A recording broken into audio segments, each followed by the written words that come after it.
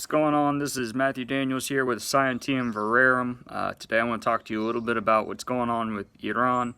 It's interesting, I made a video about this originally, and I said, I kind of predicted in a few weeks that tensions would cool down, which they did.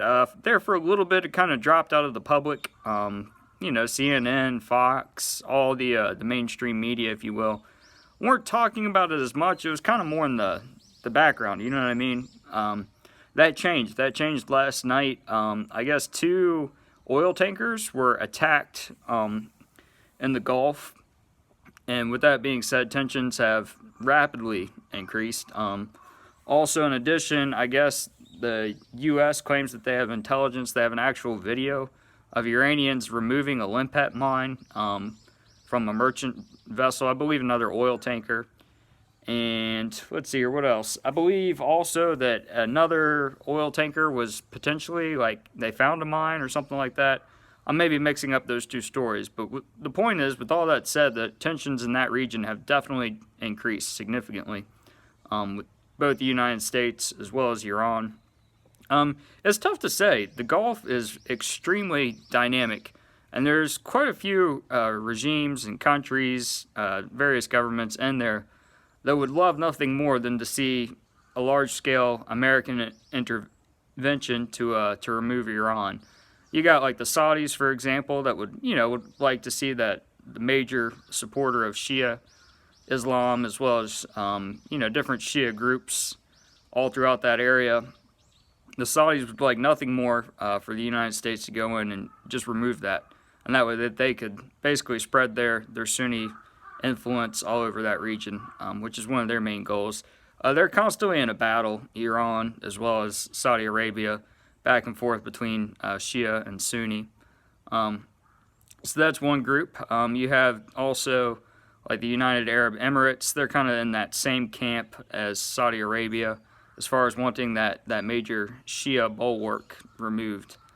You also got Israel, that has been a long time enemy of Iran, and routinely takes a hard line on Iran, mainly for their support of Hezbollah and the attacks on Israel, things like that. So those are my thoughts. So you gotta kind of be cautious here and make sure that that the intelligence is good, that it's foolproof, that it's not a false flag or something of that nature, because with this day and age you just never know. You really don't, unfortunately.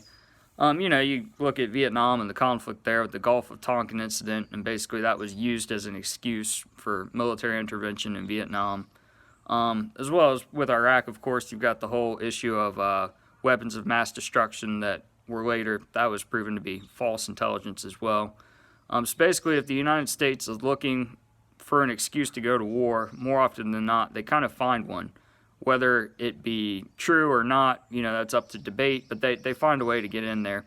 Also with the first Gulf War, so to speak, you had that incident where I guess the Kuwaitis accused Iraqi soldiers of going in and slaughtering babies in a hospital, and that ended up being false as well. So there's that. So you just have to constantly question everything, question what the mainstream media tells you, question what the establishment tells you, because you just never know. So, yeah, there's that.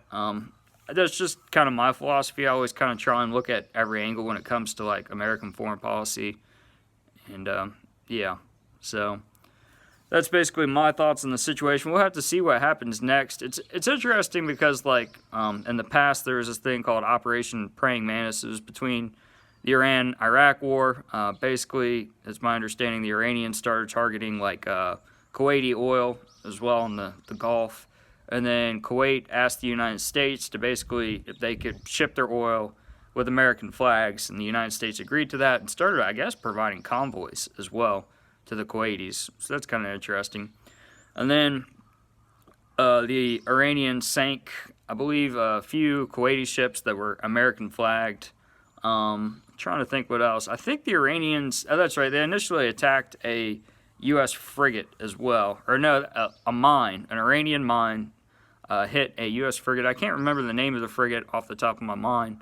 Anyway, long story short, basically a limited, strictly naval war broke out in which the Americans went on the offensive, started attacking oil platforms, as well as Iranian ships. Ultimately, what happened is tensions eased, the Iran-Iraq War came to an end, and the U.S. at that time destroyed relatively like half of the Iranian fleet. So with that said, nowadays it's difficult to say. It seems like to me, personally, that the Iranian fleet probably expects that and is probably a little bit more capable than it was then. It's important to note that, they had just been at war with Iraq for a very long time. This was towards the end of the Iran-Iraq War, and we're definitely distracted with that. In this situation, they're not distracted, you know what I mean? There's no other war going on. So we just really need to kind of watch this, pay attention to it, monitor, and see what happens. And hope for peace, hope that this kind of calms down and subsides. So we'll have to watch and see. So.